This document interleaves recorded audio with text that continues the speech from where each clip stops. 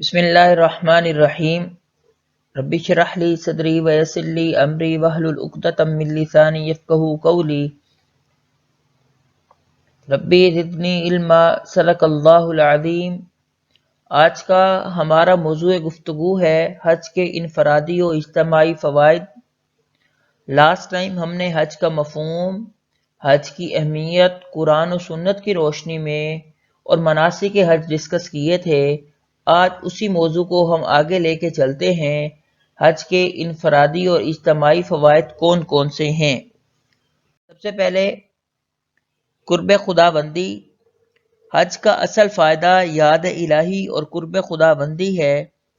جب انسان دنیا سے لا تعلق ہو کر خانہ کعبہ جاتا ہے تو اللہ تعالیٰ کے اور قریب ہو جاتا ہے، کیونکہ حج کی تیاری سے لے کر مناسک حج کی ادائیگی اور پھر واپسی تک ہر قدم پر اللہ اور اس کے رسول صلی اللہ علیہ وآلہ وسلم کے احکامات پر عمل کرتا ہے، جس کی وجہ سے اس کا تعلق اللہ کے ساتھ اور مضبوط قائم ہو جاتا ہے۔ مساوات کا درس۔ حج کے موقع پر مساوات کا عملی مظاہرہ ہوتا ہے۔ حج کے دن تمام مسلمان ایک ہی لباس میں مصروف عبادت ہونا مساوات کی ایک بہت بڑی مثال ہے۔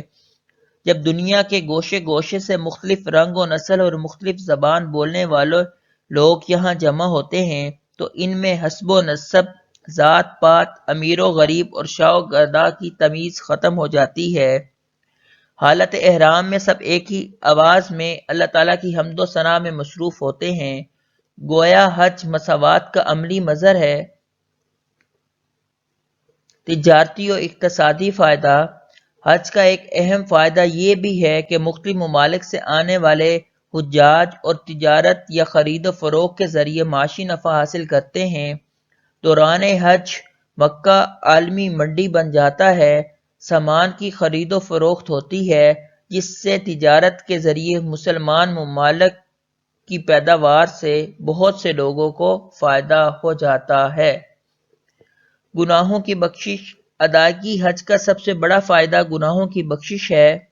حج کرنے سے انسان کے تمام گناہ معاف ہو جاتے ہیں، جن کی بدولت اللہ تعالیٰ بے شمار انسانوں کے لاتعداد گناہوں کو معاف فرما دیتے ہیں اور انسان بالکل بے عیب اور بے داغ ہو کر واپس لوٹتا ہے۔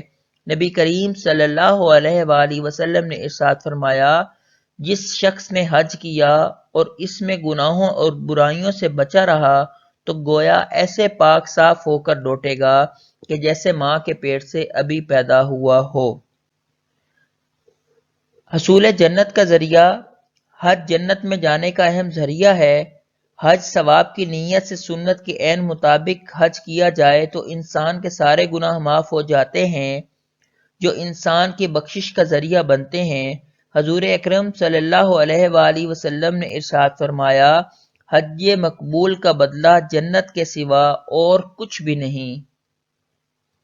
نظم و ضبط کی مثال۔ حج کے دوران جو نظم و ضبط کا عملی مظاہرہ دیکھنے کو ملتا ہے، اس کی مثال کہیں نہیں ملتی۔ دنیا بھر سے آئے ہوئے لاکھوں مسلمان جمع ہوتے ہیں اور سب محبت و اخوت اور نظم و ضبط کا مظاہرہ کرتے ہیں۔ سارے کے سارے لوگ ایک ہی وقت میں، ایک ہی عبادت میں، ایک ہی رخ میں مصروف عمل ہوتے ہیں۔ کہیں بھی بد امنی یا بد نظمی نظر نہیں آتی۔ اصلاح کا جذبہ۔ جب انسان حج کا ارادہ کرتا ہے تو جسمانی اور روحانی اصلاح کا جذبہ پیدا ہو جاتا ہے اور حج کرنے کے بعد برے کاموں سے توبہ کر لیتا ہے، خود بھی برے کاموں سے بچتا ہے اور لوگوں کو بھی برے کاموں سے روکتا ہے، کیونکہ یہ ہمارا مذہبی فریضہ ہے۔ اللہ تعالیٰ نے ارشاد فرمایا، تأمرون بالمعروف وتنہون عن المنکر، تم بھلائی کا حکم دیتے ہو اور برائی سے روکتے ہو۔ جذبہ احسار۔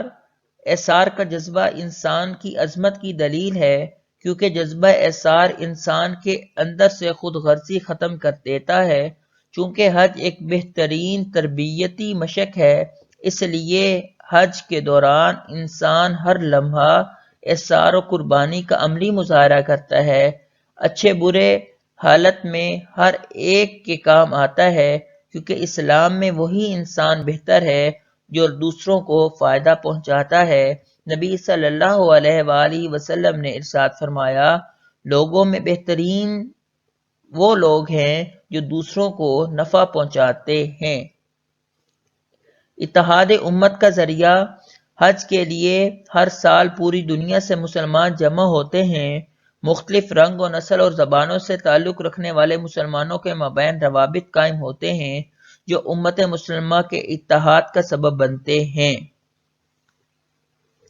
خلاصہ کلام، کل اور آج کی تمام گفتگو کا جو خلاصہ کلام ہے وہ یہ ہے، حج ایک جامع عبادت ہے جس میں انسان کا مال، وقت اور جسمانی صلاحیتیں صرف ہوتی ہیں، اس لیے اسے جامع عبادت کہا جاتا ہے۔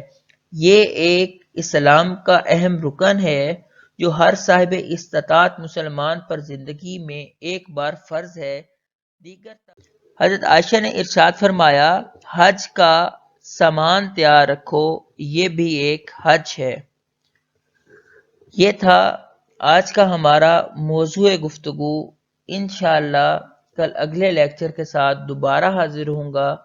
تب تک کے لیے اللہ حافظ۔